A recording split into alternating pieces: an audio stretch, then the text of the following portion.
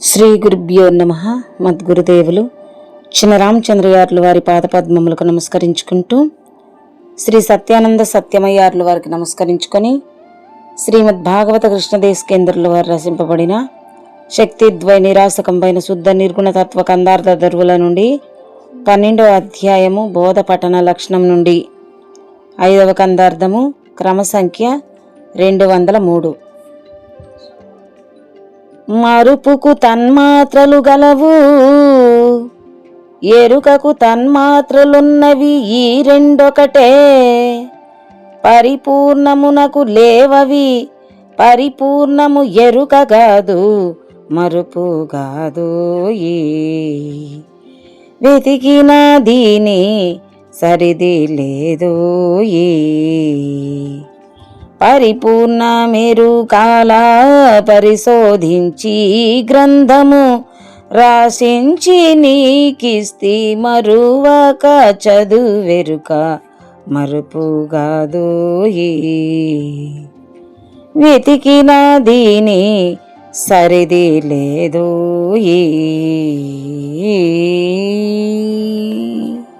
శ్రీ గురుభ్యో నమః. ఆత్మానాత్మరకితం అచల పూర్ణోపదేశికం శ్రీ నిశ్చలానంద నారాయణ గురోర్శిష్యం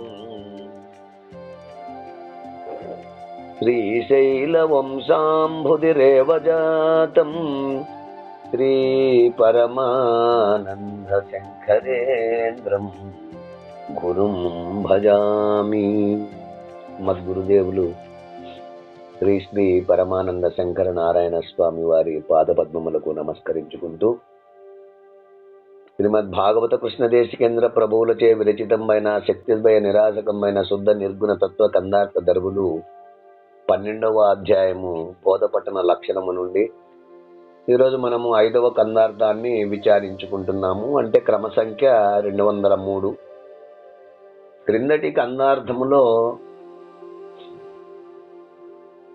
ఈ జనన మరణ ప్రవాహం అనుచును ఈ బోధ గ్రహించుమని గురువులు అనగా పెద్దలు ఈ బోధ చెప్పుకోమని అడిగినప్పుడు అప్పుడు ఏవో సాకులు చెప్పుకొని ఇప్పుడు వద్దని అంగీకరించక, మళ్ళీ ఆ గురువులు వెళ్ళిపోయిన తర్వాత కొంతకాలము గడిచిన తర్వాత ఆ బోధపై ఇష్టం కలిగి తెలుసుకోవాలనే కోరికతో బోధ చెప్పే గురువుల కొరకు దేశమంతా వెదిగెదరు. ఇది సామాన్య జనుల యొక్క పద్ధతి. ఈ శ్రేష్టలు ఏమి చెప్పను, ఈ విధముగా నాకు తోచి నీకు ఈ విషయమును చెప్పుచున్నాను కావున నీవు ఈ బోధ వద్దనకుము, నీకు కావాలనుకున్నప్పుడు దొరకదు మళ్ళీ సుమా అంటూ మనము క్రిందటి కన్నార్థములో విచారించుకున్నాము. ఇక తదుపరి కన్నార్థము మరి 12వ అధ్యాయము బోధపఠన లక్షణములో 5వ కన్నార్థము క్రమ సంఖ్య 203 బయలెరుకల అత్యంత విభిన్నత్వము. అంటే ఈ కందార్థములో జ్ఞాన అజ్ఞానములు రెండును తన్మాత్ర శక్తమైన అవే కనుక ఎరుకయే అని ఈ కందార్థమునందు తెలుపుతున్నట్లు, మరుపుకు తన్మాత్రలు గల వెరుకకు తన్మాత్రలున్న నీ రెండొకటే. పరిపూర్ణమునకు లేవవి, పరిపూర్ణము ఎరుక గాదు మరుపు గాదోయి. వెతకిన దీని సరిది లేదోయి. పరిపూర్ణ మెరుకల పరిశోధించి గ్రంథము రచించి నీకిస్తి మరువక చదువు ఎరుక మరుపుగాదోయి. వెతకిన దీని సరిది లేదోయి. శిష్య, గురుదేవా, మరుపుకు తన్మాత్రలు కలవు, ఇక్కడ మరుపు అనగా అజ్ఞానము, జీవత్వం. ఆ బ్రహ్మాండము పృథివీ ఆది పంచభూతముల యందు అశబ్దాది తన్మాత్రలు ఇమిడి ఉన్నవి. ఎరుకకు తన్మాత్రలున్నవి. శబ్ద స్పర్శ రూప రస గంధము అన్నట్లుగా ఆ బ్రహ్మాండము పృథివీ ఆది పంచభూతముల యందు శబ్ద తన్మాత్రలు ఇమిడి ఉన్నవి. ఎవరికి? ఎరుకకు. అలాగే అధిష్టానమందు కూడా ఈ తన్మాత్రలు బీజరూపముగానున్నవి.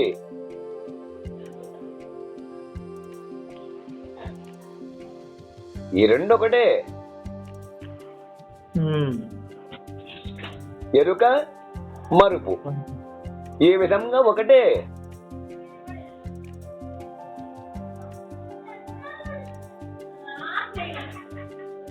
మరుపు అంటే అవిద్య లేక అజ్ఞానమునకు అశబ్దాది తన్మాత్రలు గలవు. ఇక జ్ఞానమనగా విద్య, అజ్ఞానమునకు శబ్దాది తన్మాత్రలు గలవు.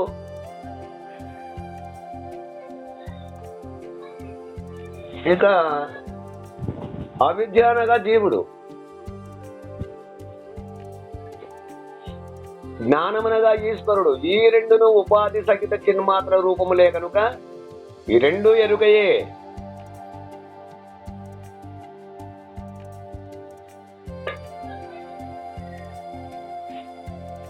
అంటే ఎరుక మరుపులను రెండు రూపములను కలిగి ఉన్నది. అధిష్టానమందు ఏకైక తెలివియే, ఒక ఎరుకే ఏక తెలివి అయి బీజ రూపముగా తన యందు సమస్తమును ఇమిడ్చుకొని ఆ పరిణామ దశలో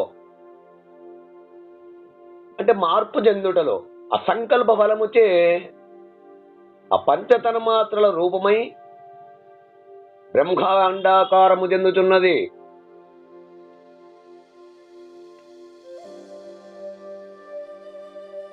అధిష్టానమునందు బీజ రూపముగానున్న తెలివి ఆ బ్రహ్మాండమందు పంచతన్మాత్రలుగా పరిణామము చెంది పంచీకృతమై తిరిగి మళ్ళీ పిండాండమందు 25 ఇంద్రియములుగా వ్యవహరించుచున్నది. ఇదంతయు ఎరుక యొక్క పరిణామ క్రమమే. అవును. ఈ విధముగా ఎరుక సగుణ నిర్గుణములు రెండుగాను ప్రకాశించుచున్నది కనుక జ్ఞానాజ్ఞానములు రెండును ఒకటే ఎరుకయే. మరి పరిపూర్ణమునకు లేవవి. ఈ రెండు లక్షణములు పరిపూర్ణమునకు లేవు.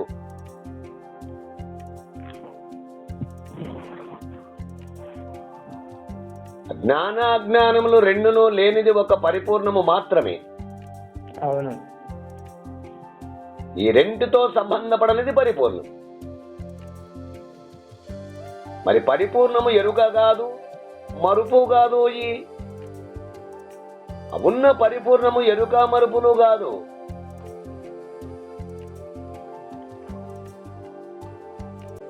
ఆ పరిపూర్ణమునందు ఎరుకకు గాని మరుపుకు గాని ఆ మూలము గాని స్థానము గాని లేదు. ఆ పరిపూర్ణముతో సరి సమానమైన వస్తువు మరొకటి లేదు. అవును. వెతకినా దీనికి సరిది లేదు. ఎంత విచారించినా ఆ పరిపూర్ణముతో సమానమైనది రెండో వస్తువే లేదు. కనుక పరిపూర్ణ మెరుకాల పరిశోధించి అంటే ఎరుక పరిపూర్ణములు స్పష్టమైన అవగాహన కలిగించుకొని గ్రంథము రచించి నీకిస్తి ఈ కందార్థ రచన ద్వారా ఆ తేడాను గమనించగలిగేలా రచన చేసి నీకు అప్పచెప్పుతున్నాను అంటూ కృష్ణదేశికేంద్రుల వారు తెలియజేస్తున్నారు.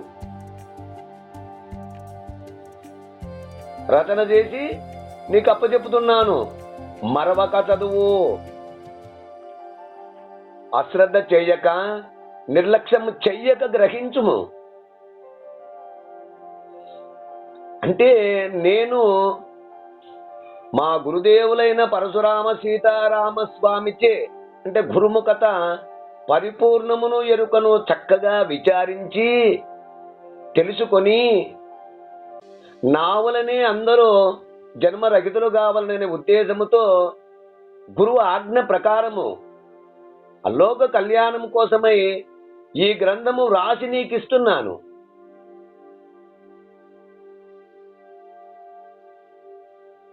దీనిని మర్చిపోకుండా చదువుకొనుము.